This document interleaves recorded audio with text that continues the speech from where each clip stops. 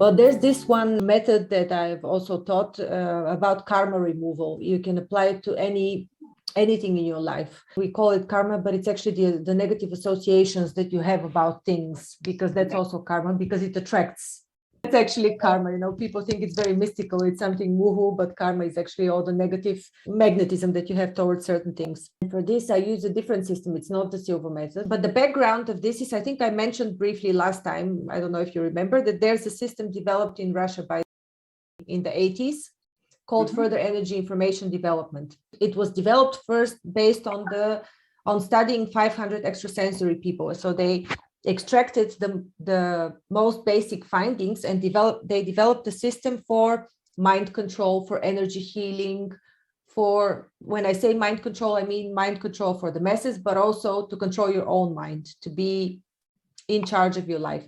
Yeah. But this system also included information and structured knowledge of how to get rid of karma, how to get rid of jinxing, of magic, of curses, of generational curses, all these things that we find to be made up. They actually discovered them as a pattern in individuals that have these things. Yes, it was not a randomized thing. There was actually a pattern, and so they developed a methodology of how to get rid of these things. Similar to the silver method, there's a timeline. In the silver method, there's a timeline between the past, the present, and the future. So past is on the right, present is in front of you, and the future is on the left. With this other method, the timeline is everywhere. So there is basically no timeline. There's just one bulb of energy, and you can locate a certain complex of energy information that is in front of you or in your body. It doesn't matter. If it's outside of you, it's still projected from you. So this is only a fiction of our imagination that it's outside of us. It can be inside or outside, but outside is somehow easier for us to grasp, to get a hold of, because we think it, we see it. Yes. But some people that are more sensitive can feel it inside their body. First, we go in alpha, or this method actually calls it your ideal pattern state, but it's similar to alpha. You still have to be very relaxed, and the way you reach it normally using this method is not by counting from 5 to 1 with your breath and with your eyes rolled up, but by feeling where in your body is this feeling of complete peace and harmony. So you kind of encode it as a reference point somewhere in your body that feels completely at peace. And every time, instead of going in alpha, you actually focus on this point in your body that links to complete peace and harmony. That's the difference between the two methods of how you go in alpha level or in relaxation mode. So we're going to go in alpha, then you activate 2 energy flows, the upward and the downward energy flows, one that comes from earth, the other one that comes from the divine. I cannot guarantee whether these actually come from above and below, but when you start focusing on it, you will start feeling something like a draft through your chakras. Actually, maybe you create them, but it's none of our business whether you create them or they're there, or that's the way the normal body functions, but it works.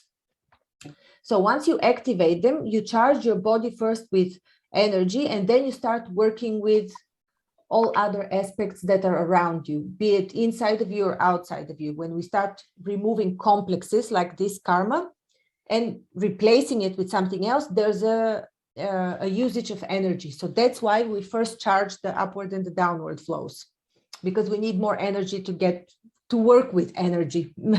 To work with our field, we need energy. So what we do is we recall, but once we are in this pattern state, you recall your first memory or your first thought when it comes to this problem that you have, and of anybody else who may have implanted negative thoughts about the subject in you.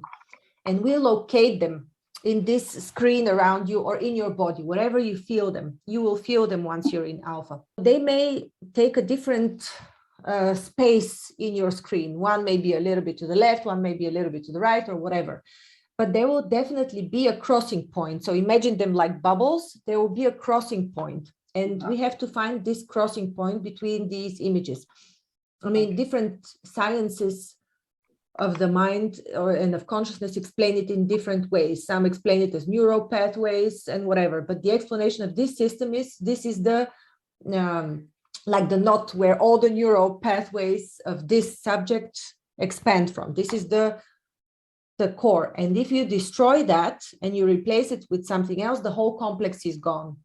So what we're going to do is we are going to burn it using the upward flow, the one coming from Earth. We're not going to have it run through us, but a little bit in front of us. So we're going to move it like 1 meter in front of us. And we're going to hold this complex once we locate it, and we're going to let it burn and turn into ashes. So we're going to bury the ashes deep underground of this complex.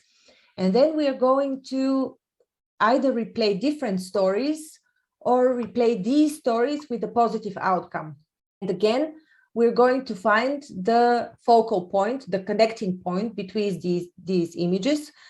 Maybe if we can find at least 3 stories, that is better. At least 3 stories that we can connect together. Then we take this core and we move it where previously the karma was. We call it karma, the negative association. So story 1, story 2, story 3. We need this point. Again, strengthen the upward and the downward flows to even out our energy and to charge the new reality that we're in. And this is how we conclude.